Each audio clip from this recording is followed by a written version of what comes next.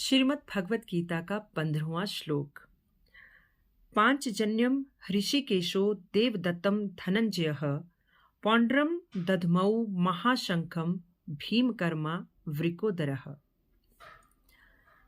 अब 15वें श्लोक में संजय धृतराष्ट्र को बताते हैं। 14वें श्लोक में वो बता चुके हैं कि भगवान श्री कृष्ण और अर्जुन ने अपने अपने दिव्य शंख बजाए।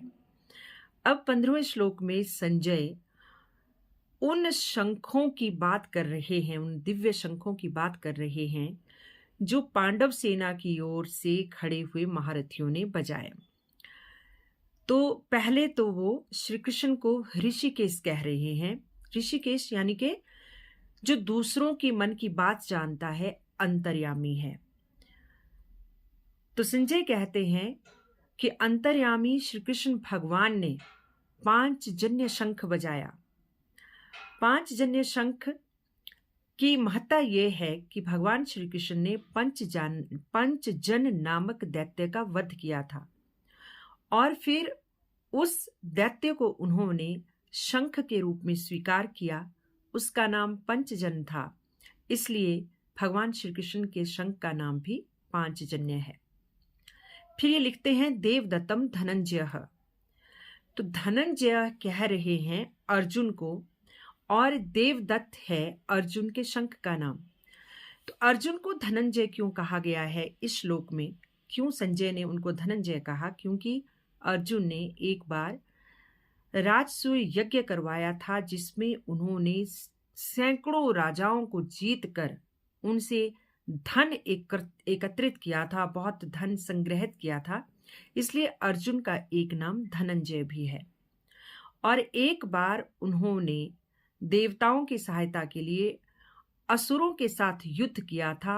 उस समय देवराज इंद्र ने अर्जुन को देवदत्त शंख दिया था और देवदत्त शंख की बहुत ही भयानक ध्वनि होती थी जिसको बजाने पे दुश्मन डर जाते थे। फिर आती है भीष्म की बात। भीष्म के शंख का नाम है पौंड्रम और भीष्म को वो कह रहे हैं भीमकर्मा। तो संजय भीष्म को भीमकर्मा क्यों कह रहे हैं? क्योंकि भीष्म पितामह ने हिडिंबासुर, बकासुर, जटासुर, कीचक और जरासंध जैसे बहुत महाबलशालियों और दानवों का वध किया था, इसलिए उनका एक नाम जो है वो भीमकर्मा भी है। और इसके साथ ही संजय ने उनको वृकोदर भी कहा है, भीमसेन को। तो वृकोदर मतलब वृक जमा उदर, उदर यानी कि पेट। वृक एक जठराग्नि का नाम है, पेट की अग्नि का नाम है। तो जो भीमसेन है उनके पेट में जो वृक अग्नि थी उसका बहुत तेज था, जिससे कि भोजन बड़ी जल्दी पचता था। यही वजह थी कि भीमसेन उस वृक अग्नि की वजह से अत्यधिक भोजन ग्रहण करते थे। तो इसलिए उनका एक नाम जो है वृकोदर भी है, भीमकर्मा भी है। और क्योंकि संजय बड़े ज्ञानी थे और उनको चाहे कौरवों के पक्ष के महारथी थे, चाहे पांडवों के पक्ष के महारथी थे, उन्हें जो हर चरित्र था उनके बारे में, उनकी विशेषताओं के बारे में, उनकी कमजोरियों के बारे में सब कुछ मालूम था। इसलिए संजय अपने श्लोकों में अर्जुन को भी, आगे देखेंगे हम, भिन्न भिन्न नामों से उजागर किया है, श्री कृष्ण भगवान को भी। और श्री कृष्ण और अर्जुन को तो नर और नारायण की संज्ञा भी दी गई है कि नर और नारायण के रूप में भी आगे हमें ये पढ़ने को मिलेंगे। संजय इनको नर और नारायण भी कहते हैं और अर्जुन के बहुत सारे नाम भी आगे श्लोकों में आने वाले हैं।